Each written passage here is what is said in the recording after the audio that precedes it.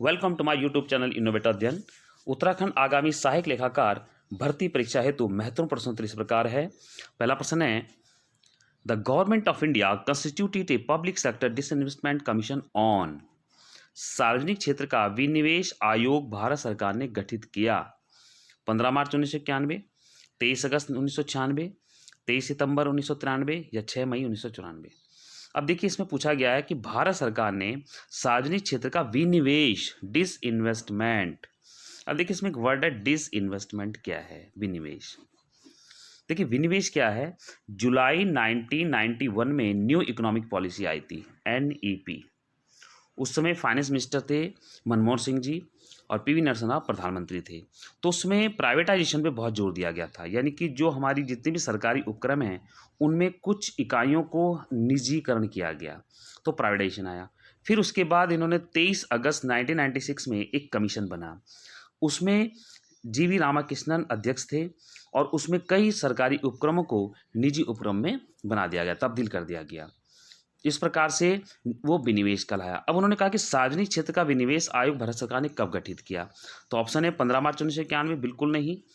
उसके बाद है 23 अगस्त 1996, ये बिल्कुल सही उत्तर है। तो आपका उत्तर क्या हो जाएगा? 23 अगस्त 1996। तो विनिवेश का मतलब कि सरकारी उपक्रम क्या करती है, जितनी भी सरकारी है वो अपने क्या करती है, अपने उपक्रम की जो शेयर्स हैं वो प्राइवेट सेक्टर में सेल कर देती है, तो उसको डिसइन्वेस्टमेंट कहते हैं। तो उसके लिए कमीशन बना था। उसके बाद फिर 24 जुलाई 2001 को फिर दोबारा से इस आयोग को रिकंस्टिट्यूट किया गया। 24 जुलाई यानी 24/7/2001 में इस आयोग को, जो ये विनिवेश आयोग है, इसको दोबारा से पुनर्गठित किया गया। लेकिन इन्होंने कहा कि फिलहाल पहली बार गठित किया गया, ये किया गया 23 अगस्त 1996। तो आंसर हो जाएगा 23 अगस्त 1996। अगला प्रश्न है, NABARD was establish on recommendation of NABARD NABARD, national bank for agriculture and rural development, यानी कि कृषि ग्रामीण कृषि विकास, यानी कि राष्ट्रीय कृषि और ग्रामीण विकास बैंक। इसकी किसकी सिफारिश पर बनाया गया है? टंडन कमेटी, क्रॉफी कमेटी, शिवरमन कमेटी या जेम्स राज कमेटी। तो इसका सही उत्तर है शिवरामन कमेटी।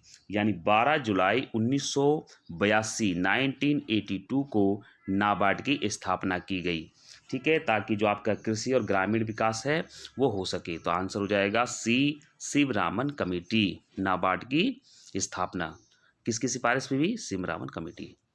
Answer C। अगला प्रश्न है, consumer price index are obtained by. उपभोक्ता मूल्य सूचकांक निकाले जाते हैं पासे फार्मूले से, फिशर्स के आइडियल सूत्र से, मार्शल एजवर्थ फार्मूले से या फैमिली बजट मेथड से। अब देखिए, CPI क्या है? CPI का मतलब होता है प्राइस कंज्यूमर प्राइस इंडेक्स, ये निकाला जाता है फैमिली बजट मेथड से। इसमें क्या होता है कि आपको प्राइस और क्वांटिटी दी होती है बेस ईयर की, और इस प्रकार से आपको उसमें वेट निकालना पड़ता है। तो P इंटू, यानी कि लास्ट ईयर की प्राइस को हम P0 मानेंगे और लास्ट ईयर क्वांटिटी को हम Q0 मानेंगे, तो उससे हमारा आ जाएगा P0 × Q0, वेट आ जाएगा। फिर हम इसमें निकालते हैं रिलेटिव। रिलेटिव निकालने के लिए हम क्या करते हैं, जो करंट ईयर प्राइस गिवन होगा उसमें लास्ट ईयर प्राइस से डिवाइड करके 100 से मल्टीप्लाई करेंगे। फिर जितना भी हमारे R आएंगे उसमें हम W वेट की मल्टीप्लाई करके उसका टोटल कर देंगे, RW आ जाएगा, और जितना भी हमारा वेट का टोटल है उसे डिवाइड कर देंगे, तो हमारा CPI आ जाएगा। और ये किसके अंतर्गत निकलता है? ये निकलता है फैमिली बजट मेथड। तो आंसर इज CPI, यानी कि consumer price index are obtained by पारिवारिक बजट विधि से, यानी फैमिली बजट मेथड। तो उसमें क्या फॉर्म लगता है? σRW/σW।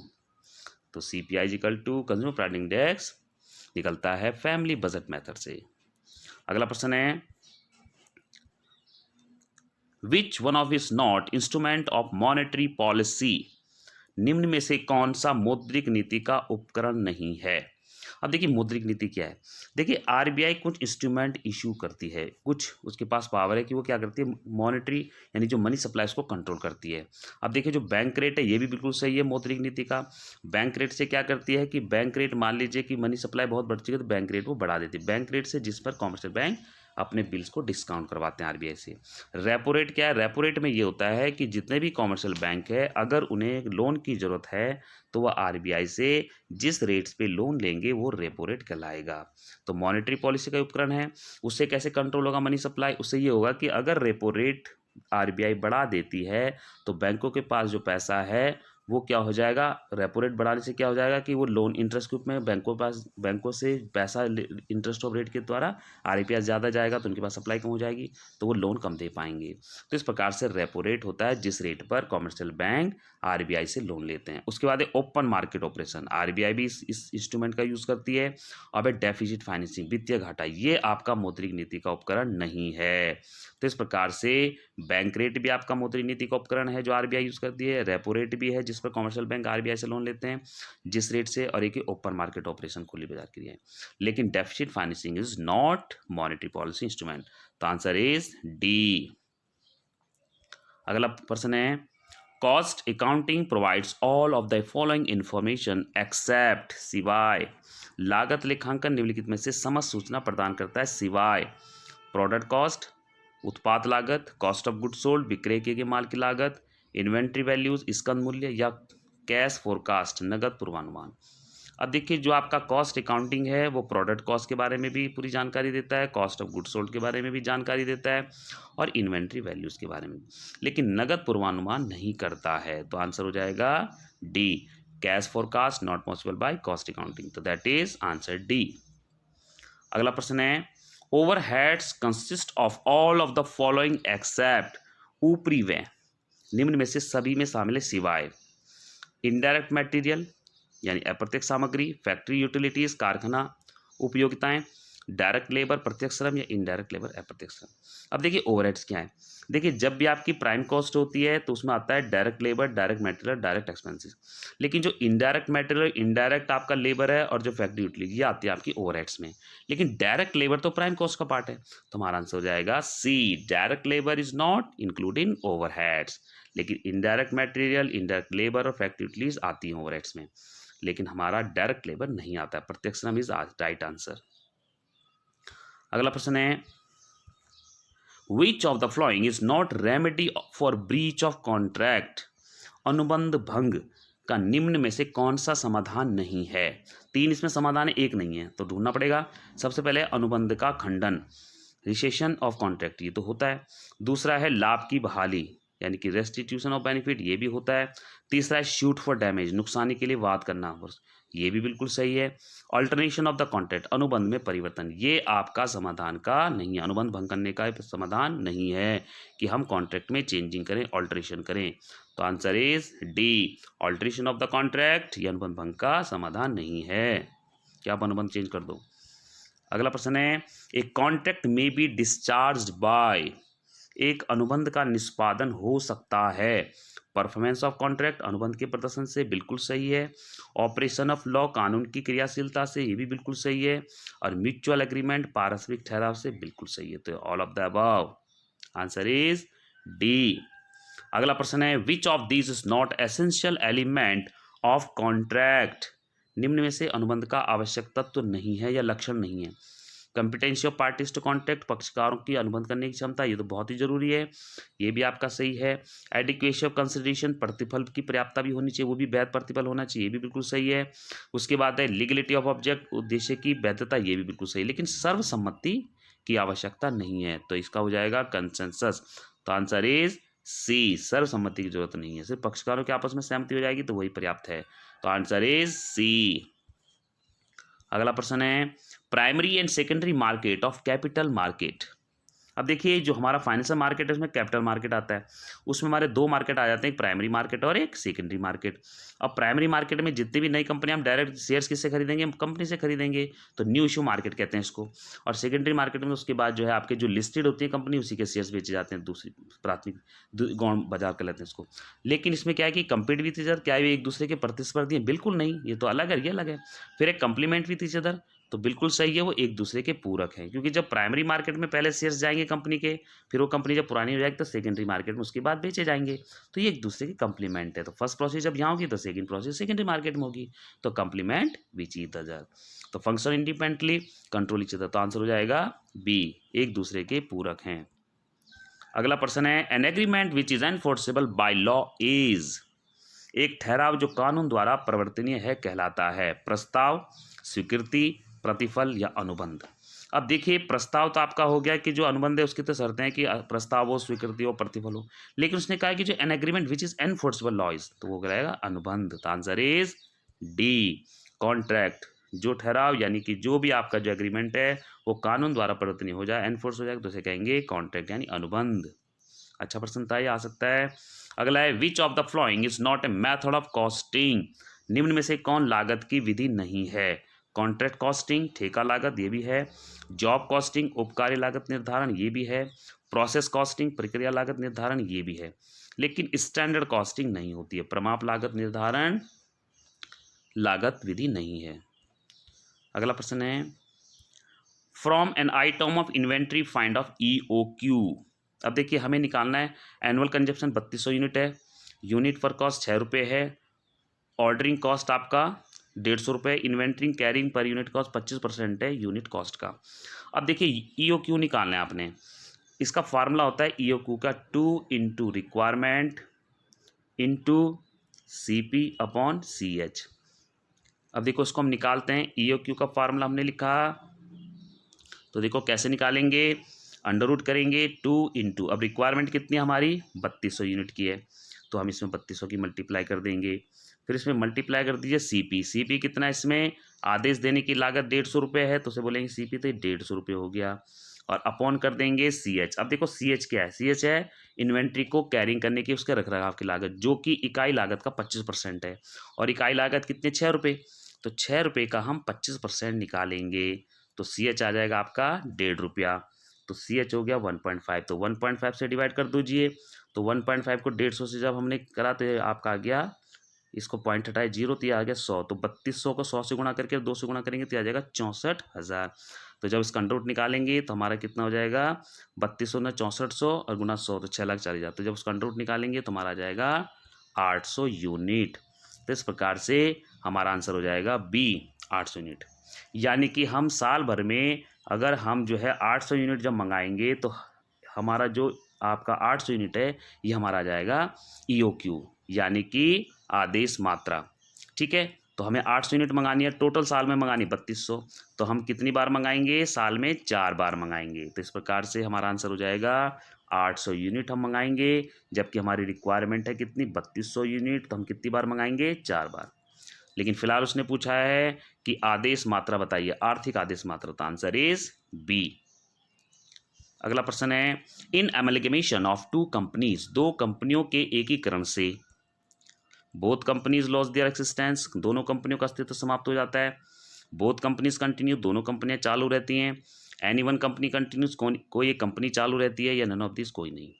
अब देखिए जब अमेलगमेशन 2 कंपनीज होती हैं, कंपनियों का जब एकीकरण होता है कि 2 कंपनियां आपस में क्या करती हैं, मिल जाती हैं, ठीक है, तो वो कंपनी क्या हो जाती है, both companies lose their existence, दोनों कंपनियों का अस्तित्व समाप्त हो जाता है, एक नई कंपनी बन जाती है। तो आंसर इज ए। अगला प्रश्न है, in case of an existing company takes over the business of another company, मौजूदा कंपनी यदि दूसरी कंपनी के व्यवसाय को अधिग्रहित कर लेती है तथा नई कंपनी का निर्माण नहीं होता है, तो क्या कहलाएगा, एमलगमेशन, एब्सॉर्प्शन यानी समामेलन यानी समावेश, रिकंस्ट्रक्शन पुनर्निर्माण, या नन ऑफ दिस। अब देखिए जब 2 कंपनी आपस में मिलती हैं और एक नई कंपनी का निर्माण नहीं होता है तो वो कहलाता है एब्सॉर्प्शन, अगर निर्माण हो जाता है तो एकीकरण हो जाता है। तो आंसर इज बी। अगला प्रश्न है, when 2 or more companies carrying on similar business decide to combine in new companies formed। अब देखिए 2 कंपनियां आपस में मिली और उन्होंने एक नई कंपनी बना दी। जब 2 या 2 से अधिक कंपनियां एक साथ व्यवसाय करने वाले आपस में मिलकर व्यवसाय करने के लिए निश्चित हो जाएं और एक नई कंपनी का निर्माण हो जाए, अगर नहीं हुआ तब तो एब्सॉर्प्शन है, तब तो वो संविलियन है। लेकिन जब नई कंपनी बन जाती है तो क्या कहलाएगा, एमलगमेशन यानी कि एकीकरण कहलाएगा। तो दोनों में ध्यान रखिएगा, बहुत इंपॉर्टेंट क्वेश्चन है। जब नई कंपनी नहीं बनेगी तो संविलियन आ जाएगा और नई कंपनी निर्माण होगी तब एकीकरण, तो ना होने पर एब्सॉर्प्शन और नई कंपनी बनने पर एकीकरण। तो आंसर इज ए। अगला प्रश्न है, net assets minus capital reserve equal to, निवल संपत्ति माइनस पूंजी संचय क्या कहलाएगा, गुडविल, कुल संपत्तियां, क्रय प्रतिफल या नन ऑफ दिस। तो आंसर इज परचेज कंसिडरेशन।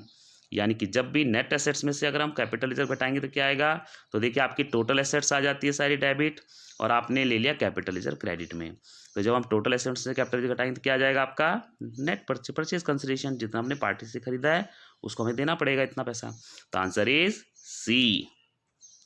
अगला प्रश्न है, quoted shares are those shares which are, उद्धृत अंशपत्र हैं, listed on recognised stock exchange, quoted daily, quoted by seller, quoted by buyer. क्रेता द्वारा उद्धृत, विक्रेता द्वारा उद्धृत और उद्धृत रोज ये नहीं होते हैं। इसका सही आंसर है listed on recognised stock exchange. Stock exchange में जो सूचीबद्ध होती हैं जो शेयर्स उन्हें बोलते हैं क्वोटेड शेयर्स यानी उद्धृत अंशपत्र। पहला आंसर हो जाएगा। अगला प्रश्न है, ऑब्जेक्ट ऑफ एडजस्टमेंट एंट्रीज, समायोजन प्रविष्टियों का क्या उद्देश्य है। To know correct gross profit, बिल्कुल सही है। टू नो नेट प्रॉफिट, सही शुद्ध लाभ को जानना, ये भी बिल्कुल सही है। To know the correct financial position, ये भी बिल्कुल सही है। तो हमारा हो जाएगा ऑल ऑफ द अबव। जब भी हम एडजस्टमेंट एंट्री करते हैं, मान लो ट्रेडिंग अकाउंट में हमने आउटस्टैंडिंग जोड़ दिया वेजिस में, तो तभी तो ग्रॉस प्रॉफिट सही आएगा। और नेट प्रॉफिट में भी हमने जो है सैलरी में इन प्रीपेड माइनस कर दिया है, तब भी हमारा नेट प्रॉफिट सही आएगा। और फिर बैलेंस शीट में भी ट्रांसफर होते हैं, तो इसका आंसर हो जाएगा ऑल ऑफ द अबव। अगला प्रश्न है, public private partnership PPP model is design preliminary for, public private partnership model का प्राथमिक तौर पर किसके लिए बनाया गया है।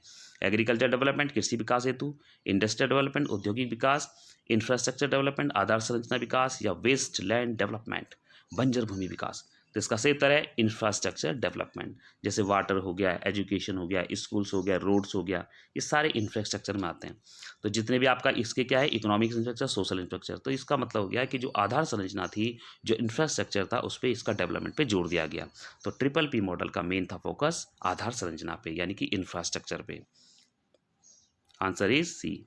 अगला प्रश्न है, the consumer protection act 1986 was came into force, उपभोक्ता संरक्षण अधिनियम 1986 अस्तित्व में आया। अब देखिए उपभोक्ता संरक्षण क्या है, उपभोक्ता को संरक्षण देना, उसको प्रोटेक्ट करने के लिए ये एक्ट बनाया गया। कंज्यूमर का शोषण हुआ, कंज्यूमर को चीज़ें नहीं मिली ढंग से टाइम से, कंज्यूमर के साथ कहीं ना कहीं उसके साथ जो है अवशोषण हुआ उसका। तो इस प्रकार से इस एक्ट का ये एक्ट बना आपका 1986 में। लेकिन उसने कहा कब अस्तित्व में आया, 15 जून 1986, 24 अक्टूबर 1986, 24 दिसंबर 1986 या 1 जनवरी 1986। तो आंसर इज 24 दिसंबर 1986 को ये एक्ट बनाया गया ताकि कंज्यूमर के साथ न्याय हो सके। उसे 6 राइट भी दिए गए कि उसको right to education, right to safety, right to choose, ठीक है, right to seek redressal, right to education, ये इस प्रकार से उसको राइट दिया गया ताकि वो अपनी जो है सेलर के प्रति जो एक्सप्लॉइट करता है, जो मिली हुई चीज़ें देता है, उसके खिलाफ कार्रवाई कर सके। तो आंसर इज सी, 24 दिसंबर 1986 को CPI एक्ट बना, कंज्यूमर प्रोटेक्शन एक्ट। अगला प्रश्न है, X Limited spent 1 lakh rupees as preliminary expenses on 31st March 19. Deduction allow. X Limited ने 31 मार्च 19 को 1 लाख रुपए प्रारंभिक व्यय पर खर्च किए, उस पर कितनी कटौती मिलेगी। अब देखिए जो प्रीलिमिनरी एक्सपेंसेस का है, क्या होते हैं प्रीलिमिनरी एक्सपेंसेस। मान लीजिए कंपनी के इनकॉर्पोरेशन रजिस्ट्रेशन से पहले हमने कुछ खर्चे किए, जैसे registration charges, stamp duty charges, logo बनाया उसका डिजाइन का चार्जेस, ठीक है, लीगल एक्सपेंसेस। तो जितने भी प्रीलिमिनरी एक्सपेंसेस है बिजनेस शुरू करने से पहले या उसका रजिस्ट्रेशन से पहले वो प्रारंभिक खर्च होते हैं।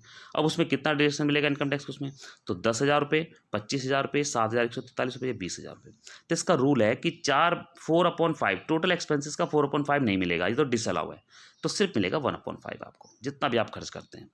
तो देखिए 1 लाख का 1/5 निकाल लीजिए, जो अलाउ है 4/5 तो मिलेगा ही नहीं, तो 1 लाख का आपको 1/5 यानी 20,000 रुपये आपको डिडक्शन मिल जाएगा। तो आंसर डी, क्योंकि प्रीलिमिनरी एक्सपेंसेस में 4/5 डिसअलाउड है, तो इस प्रकार से 1/5 अलाउड, तो 1/5 कितना हो जाएगा 20,000। Answer is D. अगला प्रश्न है, a citizen of India who goes abroad for the purpose of employment he must stay in India to become a resident for at least. एक भारतीय नागरिक जो विदेश रोजगार के उद्देश्य से गया, उसे कम से कम भारत में निवासी बनने के लिए कितने दिन ठहरना चाहिए, स्टे कितने दिन करना चाहिए। ऑप्शन 182 दिन, 90 दिन, 60 दिन या 180 दिन। तो इसका रूल है 182 डेज उसे स्टे करना पड़ेगा। That the answer A, the answer is first 182 days. अगला प्रश्न है, under income tax act depreciation is allowed, आयकर अधिनियम के अधीन ह्रास लगाया जाता है। परचेज क्रय मूल्य पर, मार्केट मूल्य बाजार मूल्य पर, रिटर्न डाउन वैल्यू हासिल मूल्य या फेस वैल्यू अंकित मूल्य। तो इसका सही उत्तर है रिटर्न डाउन वैल्यू, यानी कि जो भी आपका जो अवलिखित मूल्य है, जो बचा हुआ मूल्य है जिसमें आपने एसेट्स में डैप लगा दिया है, तो उसके बाद जो अवलिखित मूल्य है वो आपके हासिल मूल्य कहलाएगा। तो आंसर रिटर्न डाउन वैल्यू। तो under income tax act depreciation allow होगा रिटर्न डाउन वैल्यू पर, यानी कि जिसमें डेप्रिसिएशन अमोर्टाइज आप कर चुके हैं। उसके बाद अगला प्रश्न है as per gratuity payment act 1972 implements what amount will be exempted और टैक्स फ्री। ग्रेजुएटी भुगतान अधिनियम 1972 लागू होने पर कौन सी राशि कर मुक्त होगी? Actual receipt amount of gratuity, वास्तविक प्राप्त राशि। दूसरा है years of service into 15 divide by 26 into last salary return plus DA. सेवा काल के वर्ष इंटू 15 भाग करेंगे 26 से और गुणा करेंगे अंतिम सैलरी, अंतिम महावेतन और प्लस महंगाई भत्ता, या 20 लाख रुपए। और इसका अगला ऑप्शन है any one of the above which is less. अब देखिए इसका सही उत्तर हो जाएगा D, actual receipt amount of gratuity. अगर ये सबसे कम है तो यही मान ली जाएगी। अगर आपका जो एक कैलकुलेशन फार्मूला है ग्रेजुएटी निकालने का, अगर ये सबसे कम है इन तीनों में, तो ये आपकी राशि हो जाएगी, या 20 लाख रुपए। ठीक है, तो इस प्रकार से 20 लाख रुपए आपका एग्जेम्प्टेड मैक्सिमम होगा। तो इस प्रकार से आंसर हो जाएगा any one of the above which is less. अगला प्रश्न है which is not correct of the following statement about holding company and subsidiary company. सूत्रधारी कंपनी और सहायक कंपनी के बारे में क्या सत्य नहीं है? सूत्रधारी कंपनी वह है जो सहायक कंपनी में उसके संचालक मंडल के गठन पर नियंत्रण रखती है, कंट्रोल बोर्ड ऑफ डायरेक्टर्स। चाहे सूत्रधारी कंपनी स्वयं या अपनी एक या अधिक सहायक कंपनी के जरिए किसी कंपनी की कुल पूंजी आधे से अधिक भाग पर नियंत्रण रखती है, सूत्रधारी कंपनी है। यदि बी कंपनी ए कंपनी की सहायक कंपनी है और सी कंपनी बी कंपनी की सहायक है, तो सी कंपनी ए कंपनी की भी सहायक होगी। तो ये सारे के सारे सही हो गए। देखो कैसे, क्योंकि सूत्रधारी कंपनी वो होती है जो सहायक कंपनी के संचालक मंडल के गठन पर नियंत्रण करती है, बिल्कुल सही है। चाहे सूत्रधारी कंपनी स्वयं या अपनी एक या एक से अधिक सहायक कंपनी के जरिए किसी कंपनी के कुल पूंजी आधे से अधिक यानी 51% कम से कम अपना नियंत्रण रखती है, तो ये आपका बिल्कुल सही है।